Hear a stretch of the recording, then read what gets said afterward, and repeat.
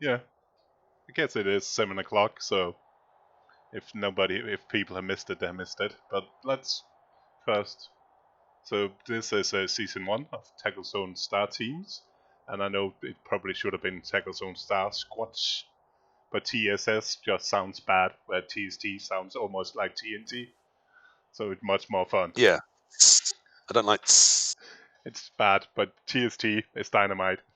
It is. So even if it's slightly wrong, we will go with TST instead of. So it's TackleZone Star Teams. It's 4-man teams. First season, I've it's been flirting with launching a sort of clan system in Rebellion. I was going to call it the Rebel Clans. REBBLE, because we're going to rebel. But this is, yeah. But I haven't decided to do that. I think that's just a joke. However, when I make jokes, Jimmy goes and makes them real, so I need to be careful with that. Yes, store. Like a snake. Yeah. But yeah, this is Resurrection, 3-minute turns, 4 teams in 4 rosters, coaches on each team. 4 coaches in each squad. Oh, 4 coaches in each team because some people. Okay. Of squad, I don't really care. TST just sounds better. I think of mine as a squad. Yeah, we'll go back. It just sounds bad in the name. Yeah. So that's it, and it's the rules that we've been using is what should have been UKTC in last year's UKTC, but got cancelled. Slightly adopted to work with Blood Bowl 2. And of course, this is not Swiss draw in itself because it's 2 division with round robin. So 6 squads facing off 5 games, and then top 2 playing a playoff with 1 versus 2 from the other division and opposite. So each squad will play every other squad in their division, but of course you will only play one other coach within that squad. I believe in the first round that'll be seeded randomly. Am I correct? That is correct, and thereafter by a Swiss system. So the strongest record in your squad will face their strongest record, and your weakling on board 4 will face their board 4. Yeah. So opposite Rebel that has a drafting system, this is from the results. This is fair. It's different. It just it's fits. Different. It's different. It's more what we used to from tabletop. It's more how a tabletop tends to be done. Yeah, and it means that I can, when the round is done, I can make the next round straight away without people having to find a way to do drafting and all sort of stuff. Drafting doesn't work particularly well with 4 either, I think, because how do you do that fair? Very hard to balance that. Yeah. So no, I think this is a good system, and it does mean that the minute the draw is done, the minute the next round is generated, everyone will know what matchup they face. Yeah, which means they can just get on with scheduling it and getting it played. Yes, and hopefully, if everything works, I'm able to create all the games for people, and it's where you get a table Flicky, for your opponent alone. Yeah.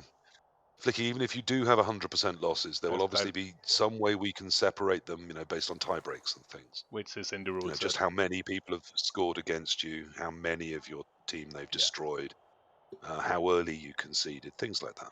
Yeah. So what we'll have on Spike is the 2 divisions. That would be like a dummy team from each squad in there, and the result of that game will be like the games. So if it's 2 wins each of the 4 games, the game will be 2-2. If one wins 3 games and the other one wins 1, it will be 3-1. If it's all draws, it will be 0-0 and so on. So the game on Spike will reflect the overall game. And then I will do my magic on an individual score sheet besides that. But I think that's covering the basis of what TST is. I don't think we missed anybody if people should somehow not be aware what they signed up to. No, and there should be enough in the chat. Hopefully, at least each squad is represented once, so you can spread the news if people have questions. Yep. Or if not, of course, this VOD will be available for a while. I don't know if you're YouTubing it up, but it'll certainly be 2 weeks available on Core's Twitch. Yep. Yeah, and the first round will, depending on how long it take will probably start over the weekend. Probably deadline going from I'll probably be kicking off from on the Monday, or so the round starts from on the Monday. So there's 2 weeks from Monday, so people have a long way to a weekend and then 2 good weekends to schedule in. So people with cross time zones get it easier. That's quite nice because, of course, the CCL season is winding up Wednesday next week, isn't it? So some people are going to want to be grinding over the weekend and early next week, and it will give them a time towards the back end of the week where they can schedule. Some people will be, trying to play before that and then grind when the new season kicks off. Yeah, obviously a key time in the Blood Bowl 2 calendar for some people. Yeah, and just like 2 weeks, and if you give people long way to the first weekend, it's easier. If we do have North American people as well in this, to give them a chance. But which division are we going for a team to first? We're taking one team to each division back and forth, right? To spread the love. That'll be the fun way to do it. I'll be starting with a team for Wayland Swift then. There is, unfortunately, Odontochelis, there is a squad within the TST that is entirely admins of the TST. So if you're up against them, I wouldn't look for favours, frankly. They potentially also applied slightly below tier 1 teams. Well, let's go for the first team for Wayland Swift. Ooh. Do you by any chance actually clicked on that link that I sent you earlier? Me? No, I guess no. Okay. So 3 dice uphill. That's the team most people are wanting to roll into, the squad. So Wayland Swift, obviously the division everyone wants to get into. So who is that? That is Bloodstep, Flicky Flag. With Wood Elf, we got Mankins with Dark Elf, we got Marson with High Elf, and Rolix with Amazons. So a bit of a elfing power gaming going on there. It's a dodge all around. It should, instead of try the eye uphill, this would call it dodge all around.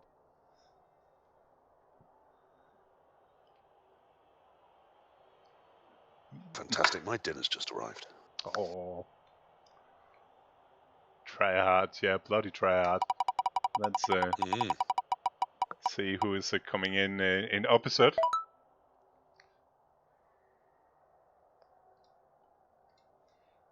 That's number 9. The Sugar Club. The Sugar Club has avoided them, yeah. So with Sugar Club we got Aldath Galuk. Aldath with Wood of Galuk. With Og Rascal with Bretonian and Subuntu.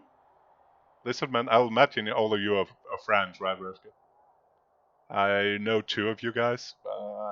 Must admit the 2 last is new to me.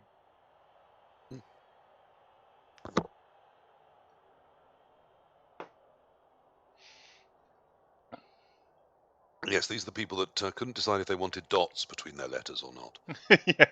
yeah, it's a Until they realised it would leave them longer names if they didn't put dots in. Yeah, it's a bit of a long tag. No way, my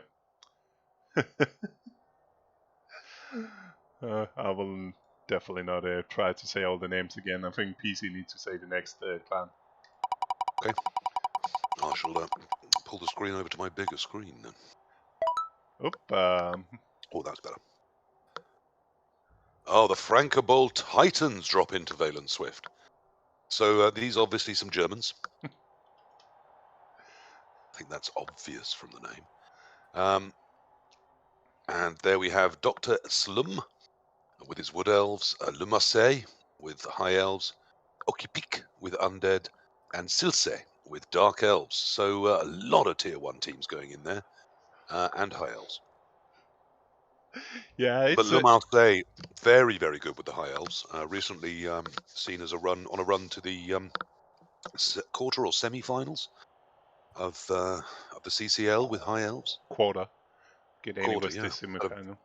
That's right, but a very nicely built team, and I liked the way he coached them mostly. I mean, you can always find the odd thing to poke a finger at, but I thought he was very, very strong. Yeah, Dr. Slim is playing a lot of Wood Elf. He's been playoff at least this season. I think he was last season as well in then the Gubs as well with his Wood Elves. So that's a nice draw for them. They get the 3-die uphill guys.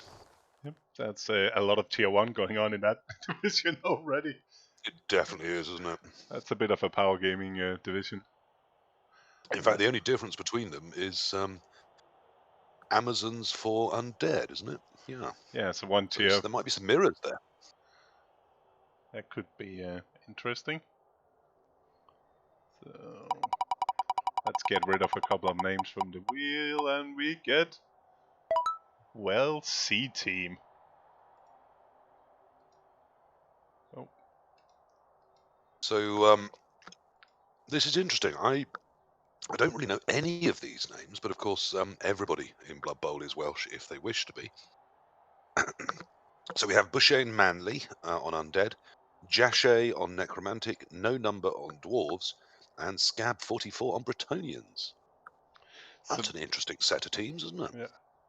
Yeah. And so No Number and Bush Manuel is the other Asian. I was about to say, or is this the Asian? I think he's the other Asian. It's a couple of them are well known on the tabletop scene. Right. Scab was into TSD last season as well. Mm-hmm. Yes, I recognise that name, but I think a few of the others, Jashay, I think I recognise too. Some of the others are a bit newer to me, so that'll be interesting. Yeah, it's but Manuel is the other Asian guy. We got the Asian guy and the other Asian guy, both done well. That Asian guy and that other Asian guy. Yes. Yes, we should be clear. We're not just being racist. That is their usernames in Twitch chat and things like that. Yeah, their NAF names as well. Possibly even their NAF names, yeah. Yeah. It is, and a bit confusing, since, funny enough, they know each other, both of them, funny enough. Hence the other Asian guy.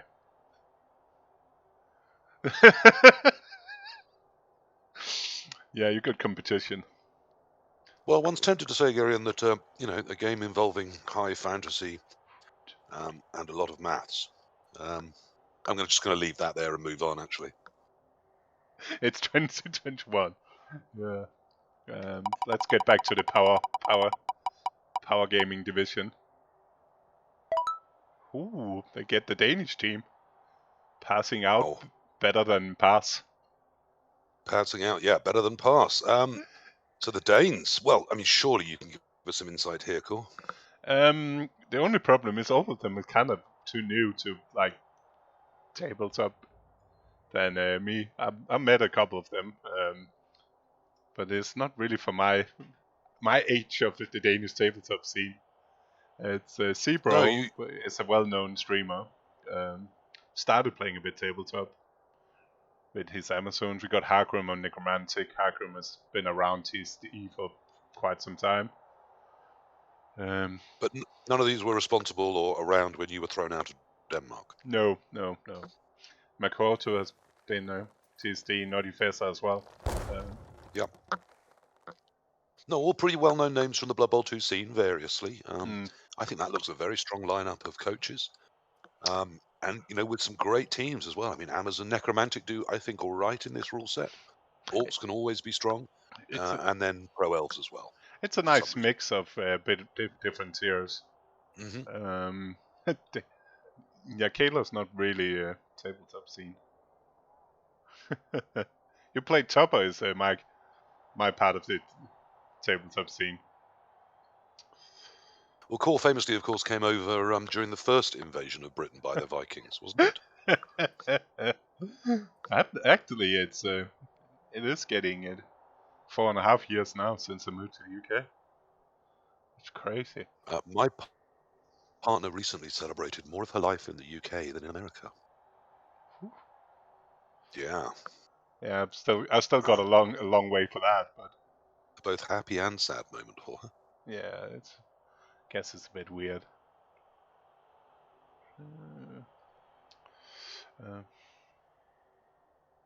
Yes, Car. Huh? That was the word I was looking for, Marsden. Thank you. Yes, Car was at Lindisfarne. Who's going into? Oh, it's Team Fumble. Do you know anything about those guys? No, I'm a stranger to most of these people. I just I grabbed whoever was free. So they've got me, but they've got some ability to cope with that with some other stronger coaches. We have my partner from the Fumble podcast, and your recent defeater, wasn't he? Throwak, Yeah. taking Core out of the his own league and progressing into the last 8. Coaching Necromantic, Strider 84 on the Dark Elves, and Bazakistine, our token American, on the Lizardmen. So yeah, I think we're quite interesting. We've got a range of teams there, some tier 1, but also some more interesting ones. Yeah, but it's still in the stronger end of the team selection. And yeah, Bassa, if people don't know him, you will hard to know he's American because he's on and off in the weirdest times. Yeah, a bit of a shame for us not to have the easy win of 3 dice uphill, but we'll cope. We don't mind a bit of adversity. We can get the Wales C team instead. It's about the same, isn't it? There are no bad Blood Bowl players in Wales, or else they're not Welsh. I think that's a rule. Yeah, I think it's something like that, right? Oh, the Banda Boys. Oh, well, the banter will be flying between the Banter Boys and 3 dice uphill for the first couple of turns of each game until, of course, 3 die uphill, start losing badly. It's going to be quite so funny then. Who is so it's our lenses. The Banter Boys is Chug Man Milk, the lauded gentry of the Blood Bowl world. I'm sure he's funding the entire operation. Gerian, so again, they've roped in someone from overseas. Always nice to have a North American in there. They got 2. Bringing the shock and indeed the awe. Le Bread Masque, who I believe is a Frenchie. No, it's Tom Snizzle. Or is he one of those? He's Tom Schnitzl. Is he a Quebecois or is he proper French? It's Canadian. And yes, Commonwealth and team. Oriolensis, who I've not really heard of. No, you've not really heard of him, but you heard a lot from him. Maybe with the best archive in Blood Bowl 2. Absolutely. Well famous, and they're bringing a bit of a tier 1 as well, with some Pro Elf sprinkled on top. It seems to be a theme, like 3 tier, high tier, not tier 1, but because we got 7 tiers here, so it's a little bit more spread. Yeah, and then someone not getting the memo and bringing Pro Elves.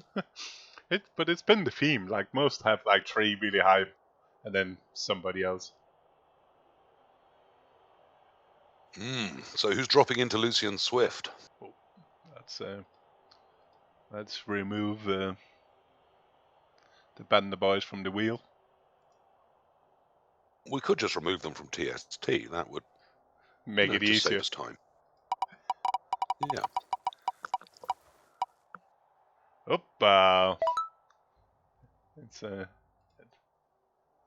It's admin time. It's the admins. Taking in with a team fumble. Everything is alright. So there we have good Core himself, who's taking Kemri, which is quite interesting. The Fear, who of course was adminning the little offshoot that appeared on Fumble and hopefully will again, with Chaos. Volcajo with Norse, and Hellboy with Kislev. So not planning to win any games then. We've gone all in for the fun. Kemri is alright in this rule, so it's not too bad. Yeah, Kemri I quite like in this rule set. Kislev is Kislev, that can go all direction. We can look at the chaos and laugh in a bit. There might be a moo running around. Oh no, really? Yes. Wow. And of course Norse. And Norse is. We have also built our dummy team where Wolf gives a little puny wolf warrior, but the rest of us is Croxical and a bear. A snow troll. Is it time for Dimmy? Do you think can we spin Yes, Dimmy? I've just put 4 humans. I've been an ogre, and then I've put a thrower, a blitzer, and a catcher into the team fumble dummy. I bet like they picked up the I wolf could have warrior. thought of doing a mixed. Yeah. I didn't think of doing a mixed team because I'm not very smart. There's unfortunately no mixed team that has 4 big guys. For K2 needed to be a wolf warrior. You should have made him a goblin. And, it's only oh shit! And the Kings of Tier 7 joined Valen Swift. Very much the meme division so far. And they're not kidding. 20 Phoenix is bringing goblins. FD is bringing ogres. Jafarin is bringing halflings. And that Asian guy, as opposed to that other Asian guy, is bringing Underworld. Which is Underworld without Underworld without Skaven. They wanted to play 4 stunty teams, so he got dispensation for Underworld without Skaven as a stunty team as well. Wow. Okay, so 1 troll and all the goblins. Yep. Well, that's I mean, I'm pretty certain 3 dice uphill are going to be celebrating. There's a round they might win. So that's it's a interesting setup. But again, we've seen 20 Phoenix is a very good coach. FD decent too. That Asian guy, from what I've heard, very, very solid. So these are and Jafarin I've heard of and I think faced again a good coach. We had the playoff. We did. So that's a very he was, wasn't he? So that's a very solid lineup. So really interesting. Yeah. I mean, it's going to be fascinating to see how they do with the stunties. Those are teams I wouldn't mind a look at. Yep. We can definitely we will take a quick look because this is blazing ahead for us. We only spend 20 minutes. Oh, fantastic! And got a Norwegians. The Ginger Beards joined Lucian Swift. Our friendly neighborhood Norwegians. Yep. So. Yes, another bunch of horny helmeted fellas. Count Mathis on humans, Poi Poi on wood elves, Thurnlow on Amazons, and Traumstunde on lizard men. Traumstunde? Don't know. I'm not Norwegian. Yeah, normally it's Lacing go with Traum. I mean, it's another very solid lineup of teams, isn't it? Yes. Yeah, they definitely looked at it and figured out what they think they can maybe actually win with. I got very, very lucky stealing a win off Popo with my goblins. So, but he of course was stuck with Nurgle. With wood elves, a very different proposition. Yep. And yes, and Traum has been doing well in general with his lizards. Chandler, I'm pretty sure was in the playoff with Amazons one of the seasons. Yeah, I seem to recall that. And interesting now, so the last 2 teams is Dimmy, and their dice is ties. So we got a 50-50 if Dimmy is getting Team Dimmy is going Whalen or not, and if we got the toxic German coming to Lucian. Yeah, and Poipo just went 666 in the water ball as well. I have a distinct feeling that Dimmy is going to end up in Lucian Swift, and the dice is Heish. It's going to end up in Valen Swift, but let's see what happens. No, oh, it's so close, but Dimmy takes it. The Dimmy boys. Oh yeah, that couldn't have been closer. But Dimmy drops into Valen Swift, which I think that's a very powerful squad in there. And Dimmy, but so that's Azathoth, Dimmy G, Dionysian, and Eliod. Eliod's going with the Orcs, a very solid coach across every race that I've seen him play, so I think that's going to be fine. Dionysian's taken Dwarves, and he's getting there with Dwarves. I mean, he's getting a bit better. Dimmy G on the Undeads. I don't know how good Dimmy is on Undead, but he's a very... I think Dimmy gets underrated, to be honest. I'm not going to troll him. I think he's a very good coach. And at least there's no chance he's forgetting he can buy an airport this time. No, that may be why he's gone with that race. is he doesn't have to worry about remembering things like that. And as I thought on the Dark Elves, so again, 3 really strong races. And like I said, Dinnison's getting there with his dwarves. So, yeah, quite a strong lineup in total. And the same as the Dice is Heist, German friends. Yes. Yes. Well, 3 really, really impressive coaches. We've seen Largo Feldlauf recently progressing past Oriolensis. And here he's coaching Orcs. Which he done before to the playoff. I guess is his, he's done very well with those before, so that's going to be very challenging for everyone in Lucian Swift.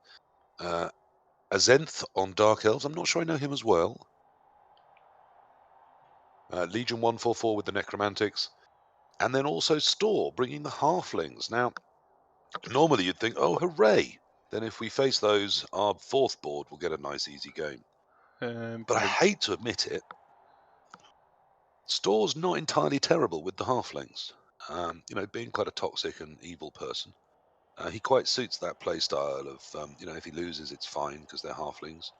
And if he beats you, he gets to crow that he beat you with halflings. So, yeah, I think Store's actually going to be really challenging with halflings. He is an incredible stunty coach. So, yeah, I'm not sure that's a weak point, though I doubt he'll be up at board 1. I certainly, I wouldn't mind facing him because I've got dwarves. But I know a lot of other races that are going to find that really challenging.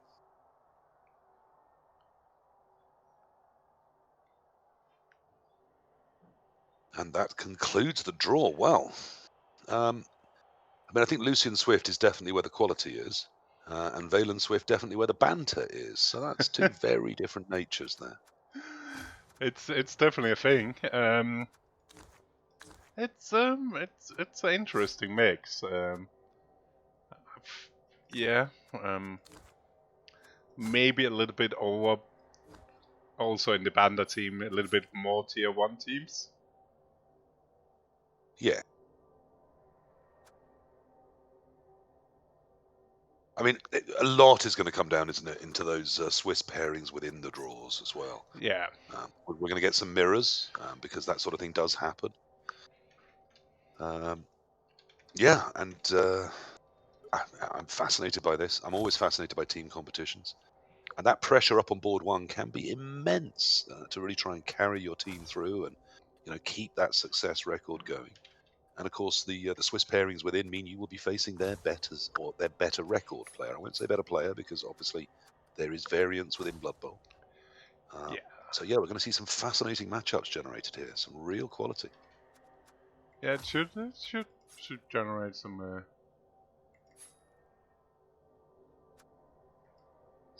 good matchups, that's for sure. And I think the Kings of Tier 7 definitely will be. I think for the total points gained. Actually, that's going to be interesting, isn't it? Because will the points gained simply by Store be able to outweigh the points gained by all 4 of the Kings of Tier 7? That could be an interesting one to watch. Yeah, it's definitely.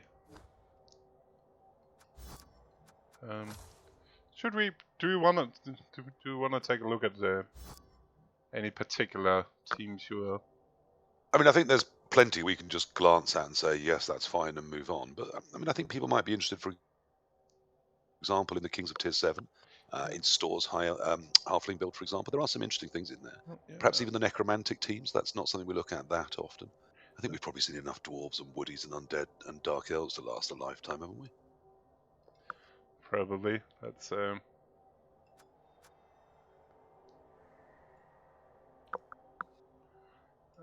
let me. Wow, Store's saying that the Kings of Tier 7 have a fling team with double pro on their trees. I can't back that. That is, I would suggest, both shit and indeed wrong. So, Kings of. Let's look at some of them then. Got FT's Ogre. Oh, so let's start with take a look at some. Got FT's Ogres. It says gone no star players. So full in on all 1,300 on the team Yeah, build. full in. 2 rerolls. 5 block ogres and a leader. He's because the rule says for tier 7 you're allowed to get as many doubles as you want, and he's gone full all in. He said fine. That's what I'll do. I kind of like it. I think there's a good. Yeah, I think there's a chance this team really gets on top of a couple of other teams and just smashes them to pieces. And it's always quite easy to beat teams if they're not there. So that's definitely the plan here, isn't it? That's it, and it's a hell of a lot of reliable Mighty Blow block. Yeah, you can't uphill block ogres and expect to get good results like you can ogres that don't have block. So a lot of teams are going to really struggle with that. I would particularly, actually, this is going to sound weird to you, I wouldn't mind them rolling into dwarves if I was those ogres, because one ogre can easily tie up 2 or 3 dwarves, and particularly with only usually one slayer on well-built dwarf teams, they would really struggle. You can't dodge away, you can't 2-die uphill them and expect successes. So they can really get on top of them if you can keep the knobs back. If you can tie up most of the team with the ogres and smash a couple out, suddenly the dwarves can find themselves in all sorts of problems. Somewhat faster, dodgier teams, of course, are not going to be as worried. The draw looks secured. They can score at will. It's whether they can get the ball off the ogres in the other half. But yeah, I think that's a really interesting build. Yeah. 2 rerolls feels a little low, but of course leader on top of it, and it's just 2 halves, isn't it? No overtime. No in this overtime, format. no. No Apo, but then what are you going to apothecary on an ogre team in resurrection format? So that's fine too. Yeah, I think that build looks okay, or as okay as I can see an ogre team looking. Yeah, I was quite. I did take a look at some of the teams when I was getting the bin up. I kind of again I was looking at it thinking this could actually do well. The problem is the 4+ pickup, isn't it? Surely, yeah. If you're going to try and carry on an ogre, and you probably are. Yes, I absolutely think you should. So that's the problem there. But other than that, yeah, I like it. That Asian guy's gone with a Skid and Glad with all his underworld. Wow. Okay. It gives you 2 rerolls, and I go second the claw troll, which I don't particularly like, but. No, I think if you're going to go with a mutation there, I would like to see tentacles personally. I think they're very good for holding things in place, which you can then smash apart with Glart, or just leave there to get a couple of people onto that troll, and then just don't even bother activating it. Let them worry about it. But also when all in on the doubles, we got 2 guard, 2 wrestle, 2 block. Yeah, I don't hate that. I don't know what sort of insane person would think that guard goblins and wrestle goblins would be a good thing to have. I'd probably prefer a couple of 2 heads and more stuff instead of going this heavy. I don't mind a couple of block, but I think this is a lot of money to use on 6 goblins. It certainly is. As I said, I think you'd be insane to put lots of doubles on goblins and expect to get anywhere. 2 rerolls, no leader, also quite thin. But of course, Glad and Skidder is not going to reroll anyway, so who cares? For anyone not picking up the slight hint of humour, you might want to wait for the Blitzpit team reveal until you understand why I was saying that. And now we've got the mad trees, which make... Yeah, okay. This can't be... Oh, dear, this can't be right, can it? 2 pro there trees. Must be... Yeah, what else is he bringing? Because that's not a team. Mog. And Puggy. Okay, wow. And Chef. Morgan, Puggy, and the Chef. Well... 2 pro trees and a leader. No rerolls. 12 players, so that's 14 players. I don't think so. I mean, Puggy's not bad, but there's just not much to support him. Morg's great. I think the trees, even with pro, wouldn't you rather have block on them? And a leader, please shown bean. I would.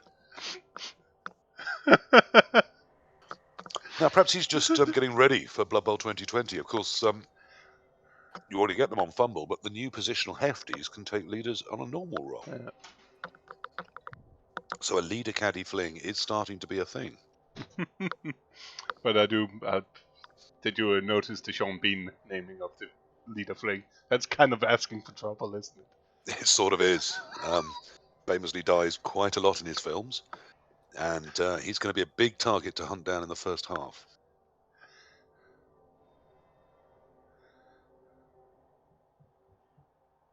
Oh, and the Germans sounds like they're in overtime. Yeah, Okay. no, I'm with you, Store. You know, deep root. If you can get Morg, we'll do that. Did we miss? We had. That must be.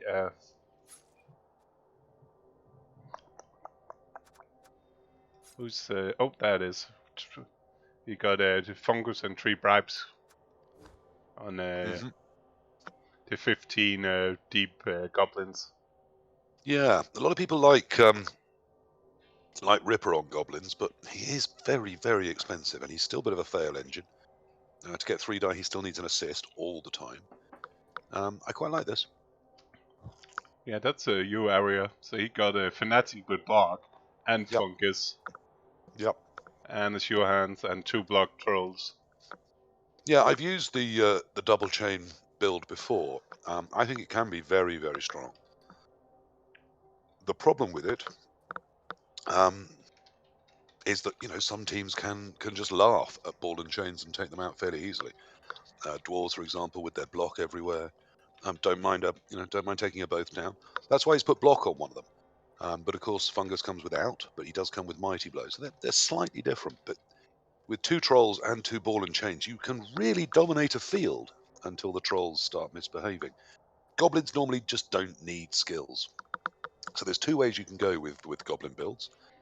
You can either go with lots of doubles if they allow them and try and get some actual goblin action going, or you just go deep on naked goblins, throw them under the bus, and try and get your hitting and things done elsewhere. That seems to be the plan here.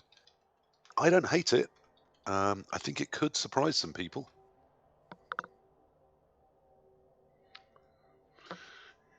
I mean, 2 block trolls makes them a lot more reliable, despite their real stupidity. Yeah. The saw can deal with dodgy things, can deal with wood elves if you can keep it safe that long. And the 2 ball and chains can really dominate the space. I don't mind using them quite near each other. I know some people really fear that. I think it can be good. It definitely makes it harder to get in and get a lot Yeah. cheaper for one of them. If they can try and free up each other. And as I said, some teams, ones that can't dodge, orcs are not particularly good against ball and chains. Dwarves can be, but also, struggle to dodge off if that's what they're looking to do. So that's where a block ball and chain can really be better even than fungus with his mighty. Yeah. Yeah, it's kind of 2 different things they're giving you. Yeah. And having both is kind of... Well, I mean, some races, one's going to be much better than the other. Yeah. But it's going to depend a lot on the racial matchup. So it does give you that choice. So no, I don't hate that build at all. It's the opposite to what I'm doing with my goblins, but there we are. Yeah. I'm trying something new because I need to do it in 1 minute, unlike this format. We can take a look at Nitrox Necro afterwards. But since we are looking at flings, then we have the Prop Fling builder here with his Deep Root Sour Chef build. Yep. Block and leader trees, and no rerolls, 13 flings, 11 flings plus the 2 trees. Now that's, to me, that's if you're going to throw 2 doubles at trees, this is the way to do it. Either 2 block or pop your leader there, and then it's a really good chance it's around for the second half. Flings up to 13 and 2 decent stars on top. So, I mean, I love Zara. I think she's fantastic. Carla's almost as good. So, yeah, that's great. Deep Root, he's fine, isn't he? He's good. He's a bit cheaper than Morg, which is why he can be afforded often. But and as we know, 3 trees are better than 2 trees. So definitely they are. I mean, the deeper the forest, the harder it is to get through. And Zara is a fantastic piece for any team that can take her. It's why Grim is quite so terrible, is that the Dwarves don't have access to a good star until you get up to Zara. And if you can get to Grim, you can probably stretch and get Zara. I'm getting a Good. bit intrigued. I know we're doing that. Should we pop in and see what the hell is going on with those two Germans in the overtime? Yes, I mean, the chat has been saying that ThrowX team is interesting, and so is Striders. As the, I suppose, captain of Team Fumble, I haven't told anyone what to do. It's entirely up to them. Where's Troix? And also, you can't meta game and uber compete No. in everything. Some things should just be for fun. It's hard to say. It's just the common wisdom about Necros on tabletop is you either go guard or either go block. You don't go both. I think that's the main thing that is with his build. Yeah, okay, and a wrestle wolf, a block wolf, that's pretty I standard. like it. I do like the wrestle wolf. 2-guard whites, I think that's standard. Yep. Leader on you a only have ghoul as two. well. You only have 2 rerolls. Because he's gone. That's okay, but yes, I would either go both guard or both block on the golems, but yeah, that's people does it. Rolex. I'm just saying that's a lot of people. The common saying is you go either or. Not both. I tend to agree, but it's also I just get annoyed if the wrong player's in the wrong. It's a lot easier not getting annoyed by a guard being stranded in the wrong spot if both has guard or both in block.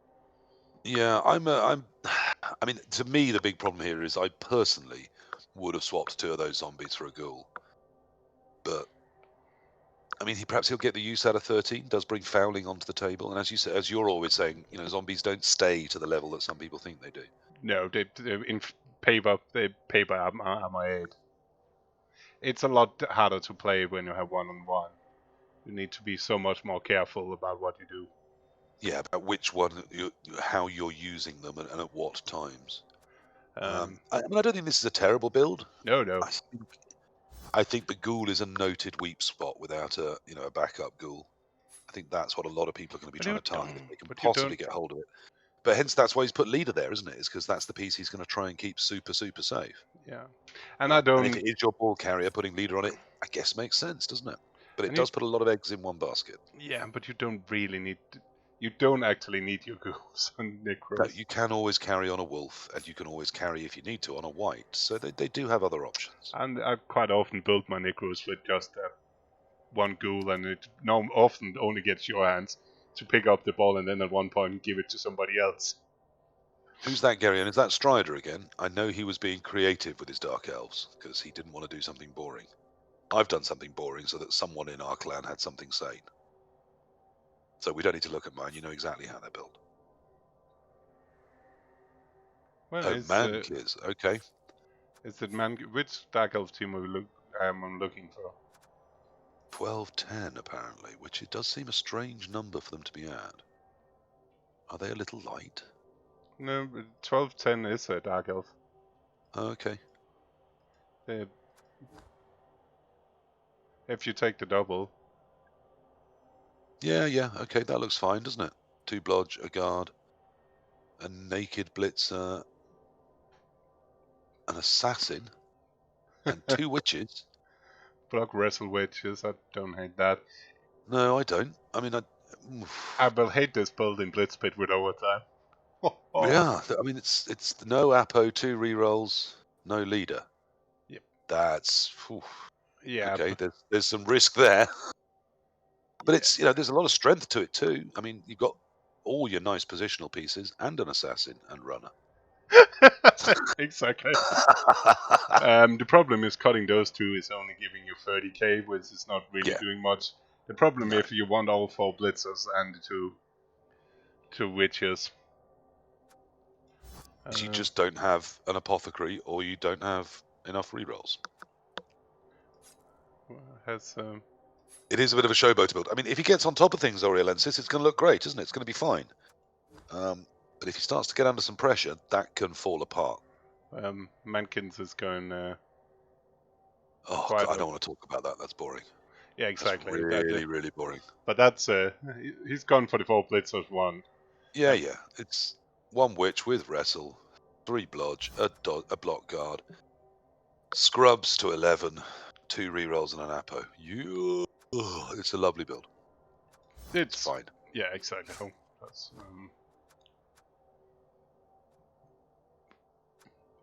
So did Strider do? Strider was talking about assassins, so I'm pretty sure his Dark Elf are featuring assassins. There too, was at it least was one. Strider's one with assassin. Ah, okay. The solid dark was Strider's. Oh, right. That's the one I hated is my clanmate. Brilliant. Yes, that is Strider. Yep. Well, like I said, if he gets on top of things, if that starts going well, then it's going to destroy teams. Well, no way I'm fanat. But why would you take a runner if it hasn't got leader on it? It's just a terrible, terrible piece. Why would you put leader on it when you can give it dodge? You silly I know, man. we've argued about this before. You silly man. Why don't you? Either's fine. I know you hate leader runners. I don't mind them. It's I know probably you love dodge runners. I don't mind them. yes. I'm just nicer than you. But the assassins, no. Got So of course it's going to stab everything to death, isn't it? That'll work. And higher builds alright because you get the 260 from got Marsham's Fanati Ballet Haven. Oh fuck's sake, it's called.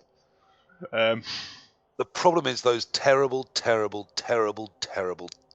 catchers that are absolutely brilliant if you can skill them up enough, but in NAF they're terrible because they're really low armor. If you take 4, you can do it. You still get 3 rerolls and an Apo, so that's great.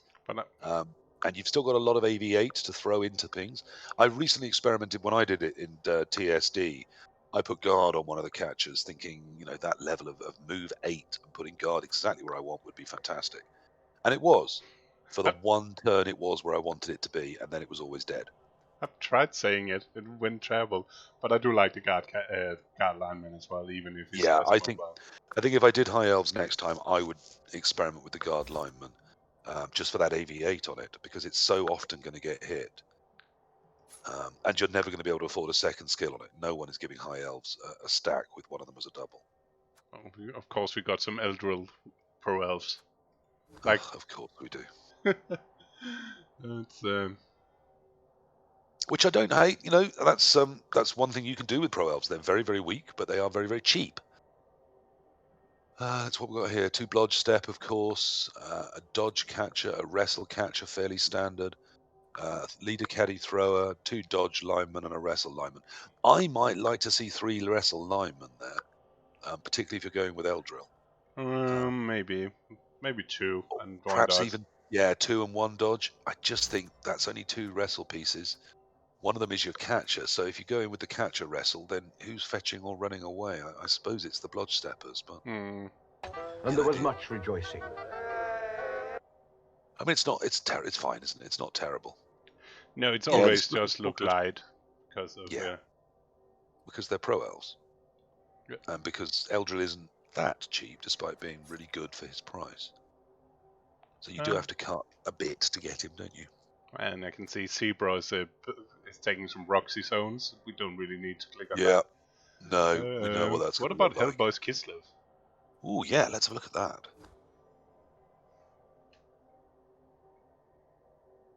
Oh baby. Hey Wolfing, studio, and thanks for the host. It's gone 2 blitzes. Insane. And 4 catchers. A sure hands, a guard, and 2 dodges. That's a lot of AV7. But you do get, it's interesting a lot. You actually, when not taking the bear, you actually get, it makes a huge difference how much other position you can take. Yes, I mean it really does, because bears aren't cheap. But the bear is also a Croxigore, and the Croxigore is, to my money, possibly the best big guy. Yeah, it's up there. Certainly, it's up there in the discussion, isn't it? So I do like bears, and they can really solidify and hold up half a team if they really get going well, or if you don't have to activate them. I think the blitzers on Slan Kislev I like, and I try and build them in and try and skill them up, because I know they're 110 and that feels expensive. It's only 10k more than a human blitzer, and once they've got, say, 3 or 4 skills at the point where human blitzers are struggling to get good skills, they're fine price-wise. But with just 1 skill, you normally feel you have to put block on them. Yeah. I mean, of course, they've still got jump up, diving, tackle, and leap. But And then at 130 just for a blocking piece, it does feel steep, doesn't it? But that's Kislev for you. I don't Yeah. think I don't FT. I don't think you can build any Kislev team that doesn't look like this needs dice to work. Well, yes, because Kislev need. Yeah, absolutely. I agree, Gary. It's a go big or go home build, very much so. It could be a nightmare to play against if he first gets on top of you, because then you can just keep coming. Yeah. I'm not going to comment on someone getting on top of you and you can keep coming. The one guard is always the worry, isn't it? Kill that piece, and you've pretty much dealt with it. Yeah, exactly, FD. It feels like another rely on the dice to work build, very much like Strider's Dark Elves. But then in a resurrection format, you can take that chance. And in a clan format, if you're going to bring in 4 out of 6 or 4 out of 5, isn't it? Maybe 3 wins out of 5 and a draw, because the dice can really get those teams running. That's probably okay for the clan. You can afford the odd loss because the rest of your clan hopefully will carry you through that round where it just doesn't work. Oh, I It's one of forgot. the interesting things about a clan format, of course, a team format, is that those builds do become a bit more viable. It just means you need some stability elsewhere. If you're really uber metagaming the clan, What? you need to have a good winning team, perhaps a glass cannon team, and then a couple of stable teams that can guarantee you draws or draws edging to wins. Like, that's why England is doing so well in Euroball, is everybody understands that as long as if you don't lose, then England is probably going to win. Mm-hmm. Instead of maybe some of the more southern teams where everybody want to win themselves. Yeah, they're also very good at saying, okay, this round, here are the games that we think we can win. It's these 3. And the rest. So the other 4 of you, make sure you nail the draw. And then they know exactly what the team orders are going in. They know exactly how to play each game that's in front of them, and they've always been really strong at that. Yeah. Which is great. In a team format, team orders are essential, and metagaming that team format. Right, what the hell is going on here? I did promise you a moo. You did, and it's a claw moo. Okay. I mean, if you're going to do it bangy. Yeah, I do remember my claw was my claw piling on move from one of the first seasons. The back-to-back turns took out Okra and Mighty Soak. Yeah, I mean it's wow. Yeah. What the hell can you say about this? I mean, it's one of the nice things about Chaos is that even on normals, you can get those strength skills anywhere you want to have them. And I think there's ways. Famously on Fumble, my Chaos team is 600 games old and never had a claw pommer in its time. Is old enough to can say it never had a claw razor sharp claws when that was a thing, and still has a really good sort of 70% winning record. You can, with strength 4 blitzes from everywhere, with a lot of block on the team and some guard, you can basically play Chaos like faster, aggressive dwarves, but with a bit less solidity, and it can work. Can it work in NAF style? I mean, there's no tackle here, there's no frenzy here, there's no ball handling at all. That's a block beast. You probably, yeah. That's, I don't know. It's I think actually the case is no frenzy. That's a move. The moo has frenzy. Moo. Well, okay, yes, okay. The Moo does have frenzy, but it doesn't have quite the same reliability and ability to dodge and maybe hit something. Actually, I Let's think say a Beastman with frenzy does. Yeah. But I don't. You say I was going to hate this. I don't hate it perhaps quite as much as you think I was going to, except that someone there should have some kind of ball handling ability. And the funny part of this team sure is hands or extra arms, maybe, but I prefer sure hands. He actually took pretty much this exactly team build to one of the UK TCs. I think his first one. His ever first one.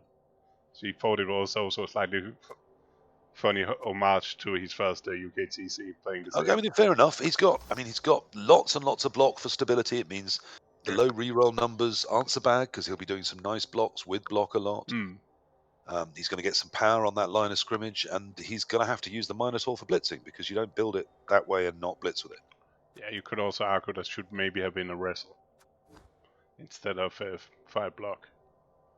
One of the beasts probably should have had wrestle. Yeah, one of the beasts should have had wrestle. One of them should have probably had sure hands. and then I wouldn't have hated a block one for blitzing, or maybe even a tackle one for blitzing, and perhaps 2 block and 2 guard warriors. It's a little less stable, but it's just got a few more options. Still very hard to build effective chaos because they're crap at NAF format. Pretty much.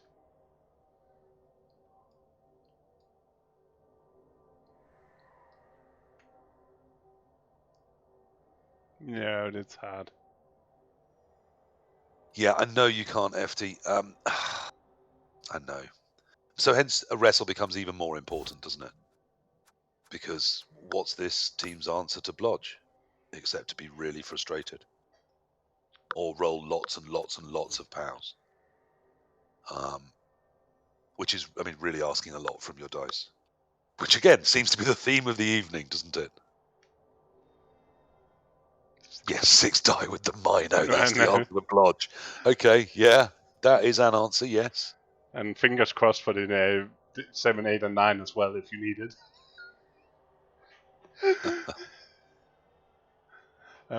We do have a What are we Necro looking team at with Hagrim's Necro, I thought, since they're completely different than Troix.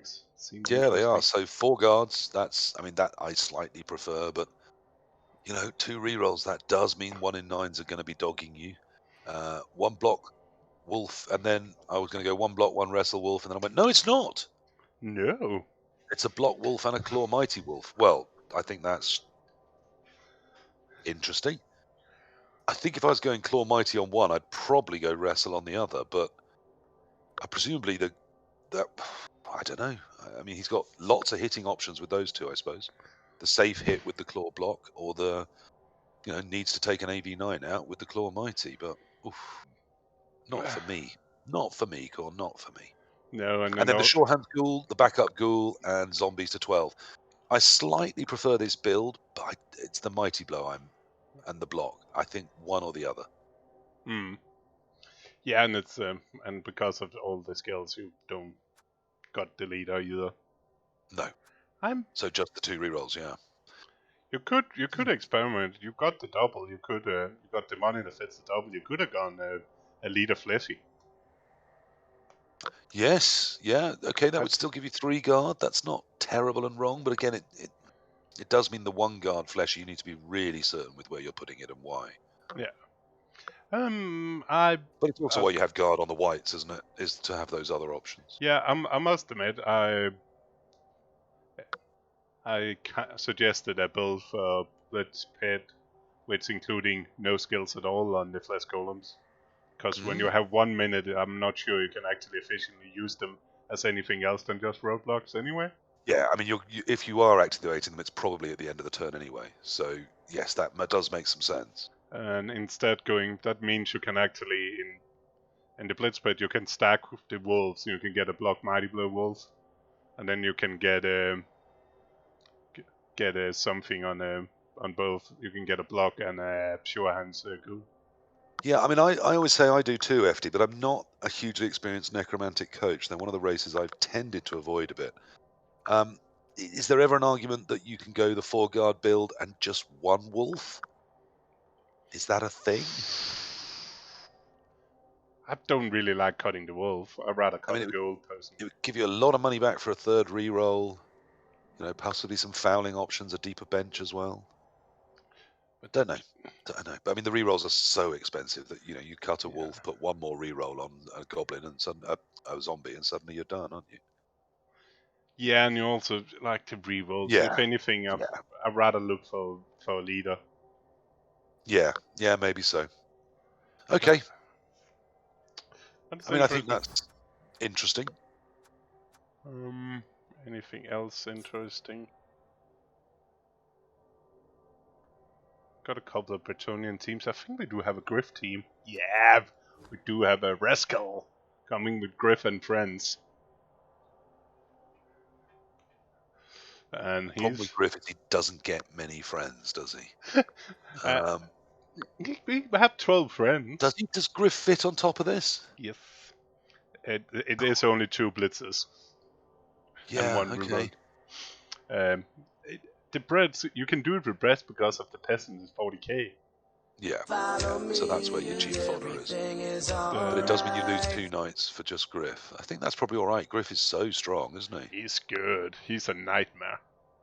And then obviously you only get 1 reroll. So you've got a leader caddy on one of the 2 knights, which means you've only got 1 blodge knight. But I mean, 4 You got guard Griff. wrestle is very, very strong as a wall all by itself. And then you got on top of that with Griff with extra movement, sprint, sure feet, and bloods in strength 4. Yeah, so Griff can do the blitzing all by himself. Doesn't need even assists. You can screen things with the peasants. They're cheap fodder to throw onto things. And then the 4 wrestle guards are fantastic. And then you've got a blodge knight as a backup to Griff, probably as the ball carrier, and a leader knight still has got leader knights are still strong pieces. People overlook all the time that they come naturally with catch. Yes. So they're great handoff options, and they've got incredible pace. Yeah, and Griff is one of those star players I lost to before single-handed, more or less just beating you. Well, him and Moron, and Bogalanti even behind a Bretonian is a cheaper option than Griff, but of course not available on BB2. No, I don't hate that build at all. I think that's going to be really interesting to see how they do. Yeah. But it was I do like that wall of wrestle guard. That's got a lot of options to it. Aulamet in the other breads has a lot of wrestlers. What has the same, yeah. So he's gone for the. Yeah, the same wrestle guard wall, but he's managed to squeeze all 4 knights in. Again, that means you drop to just 2 rerolls. But that's not much you need rerolls for. No, true, I suppose.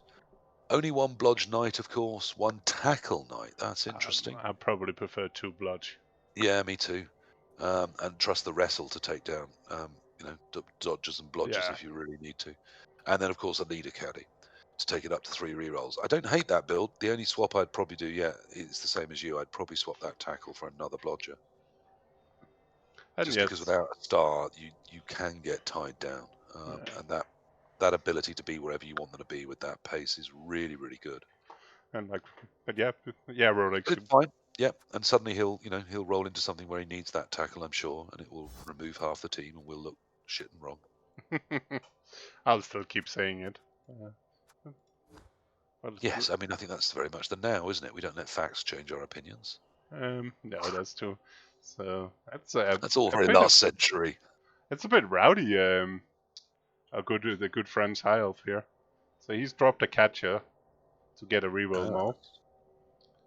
And it's a leaping blitzer. That is correct. Yeah, I was going to say, that's the bit that is blowing my mind, is the leaping blitzer. But they don't have mods. They don't come with mods game-changing ability. No, that's true. It has always been a worry, which is why we saw Justicium do really well with the Prince Moron build, which does bring in that ability for him, because of his strength. He can do wonderful things at times. But this is very much a control team, isn't it? I mean, you can hold them up with all of that wrestle and dodge. You can screen them well and then find that opportunity to leap in and try the 1 die. I don't hate it. Again, it's going to be really interesting to see how that rolls. And Le Marseille is very, very good with the high elves, and I've seen him use leap pieces really well and creatively in the CCL. So I'm not surprised he wanted to recreate that experience. Oh, nobody to shout at. Tom Snissel has clearly been listening. Yeah, no, that's fine. I'm bored of looking at it already. It's fine. Yeah. I was trying to find something controversial to look at. I think we're running on Rolex Amazon's thing. That's lovely. How are the not me dwarfs built? Dionysian's dwarves. That'll be interesting. Let's have a quick look at that. Yeah, that's fine, isn't it? It's boring. Yeah, that's good. That's right. You don't like right. What is it? Did you say Deus, Dreams?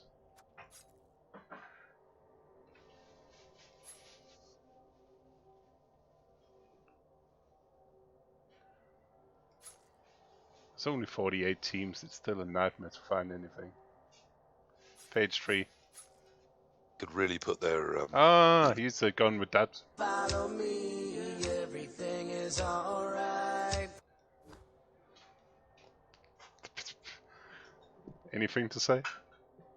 5 guards, 1 mighty blow. Absolutely fine. That's what you do, right? Two Yeah, runners. it's sometimes not what I do. I mean, I haven't this time, but sometimes I do that instead. He's got one more guard on his beards, and I've got a block runner.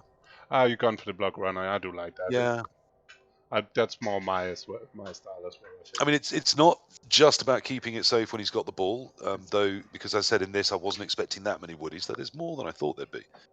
It's also to use him as a safety, because it's great if you can get your runners to a piece, but if they're then hitting without anything, not so great. So at least if they're hitting with block, sometimes that can be useful. So it's that double use. But yeah, I mean, hence if he plays me, he'll win because one more guard should give him the edge. I was about to say I didn't actually. I haven't actually counted it. No, it's absolutely fine, Dio. Like I said, that's a build I've often used myself. And particularly for someone that wouldn't expect with dwarves to be up at the top end of a tournament, then you're not going to face that many woodies leaping in and sacking your ball carriers. So got 4 it's wood fine. elves. 4 wood elf. We got 6 dark elves. Is the top race. 4 dwarves. 4 necros. 4 undead. 4 wood elves. Yeah, should we look at Volcajo's Norse? I could do with a laugh, and then I do need to get off for a sec. And 4 orcs. That's what is he on this page? Oh, Volcajo's. It's a boomer. It's the boomer boys. Okay, Boomer, 2 Ulfs, a Berserker, a Guard and a Block Ulf. Okay. A Mighty Blow Zerker, a Blodge Runner, a Normal with and a Lineman with Tackle, a Lineman with Guard, Norse to 11 and Boomer on the top. It's all right, isn't it? I mean, Boomer can do some nice things, not obviously throwing bombs. Though he can, against some races, that'll be his use. Against other races, he'll just sit on the line and take the hits. And Because of AV9, you get half a game with AV9 taking the hits for you. And often, I doubt it'll happen with the quality in this field, but against, shall I say, less experienced players, people will target him despite his AV9, despite there being loads of AV7 targets around. And the fact that he's going to get sent off anyway. And the fact that if he throws bombs, he's as likely to blow you up as he is the opposition. So there's lots of ways he can be used. Yeah. Okay. Well, And I wanted to hate them. I don't utterly hate them. It is our only Norse team. Actually, all teams / squad. We're the only Camry team, the only Kistler team, the only Norse team, and the only Chaos team. Yeah, there's reasons for that. Come on. Should we have a quick look at your Camry then? Because I agree. I think Camry normally built quite nicely. I think Camry's absolutely fine. Yeah, I think Camry's fine. I think lately they've been tiered at about the right level. 3 rerolls, 4 block Tomb Guardians, that's fine. Mighty Blow on both the Blitzras, that's fine. And block on the only throw ra. Okay, that's a little risky, but fine. And then DP on one of the skeletons. Yeah, it's fine. Except it just fit the money. Okay, tell me, is that why there isn't the second throw ra? Is because you have to throw 2 skeletons away for him? Yeah. Yeah. So that's your weakness there, is if someone can get onto that throw ra, you're in slight trouble for ball handling. And just score with a skeleton. I've done that before. Yes, I'm sure you can, but it's still, you've got to admit, that's still a problem. That still costs you a pace of movement, it costs you sure hands. But you've got the rerolls, and of course Tomb Guardians, whilst they're terrible in longer lived things, in regen they're fine. And they can take the hits, they can take the both downs often. Yeah. As long as the rest of your screen is solid, you can afford an occasional both down. I could have cut it. You could cut a reroll, upgrade a skeleton, and take leader instead. Yeah, but that seems on the second throw ra. Yeah, I think that's how I built them when I was in the dome. But I kind of, I quite liked that. I'd do that as well. I'd do both. I think this is fine. But that was again an overtime format where that that extra reroll did look very valuable, and yet still having the numbers looked valuable too. Yeah, I'm fine with both. I'm varying a bit. I play not a lot Camry, but quite often take them if I need to play lower tier teams. And you are getting a bit of a rep for liking to put the boot in every now and again. People don't think about it. But I don't No, they don't. foul as much as Dio, but I do foul. No, well, I mean, it's very notable actually that a lot of the top players foul more than people expect them to. But they do it. It's one of those things that, again, if you do it wrong, if you just foul every time you can because ha ha ha, I like to foul, that's probably a terrible, terrible thing to do. But if you foul the right pieces at the right time with the right assists, it's not necessarily even about chipping them. Even a stun, it's about positional advantage. It's about dominance in certain areas of the field. Oh. It's about calculated risk, equity gain, or improving your lines, as some people would say. So yeah, there's a lot of times where fouling is a good choice. It's the reason I quite like a 12-man dwarf roster instead of going with 11 and the 2 slayers, is it means you can put the boot in. If you're not suffering any attrition, you can kick something in the face.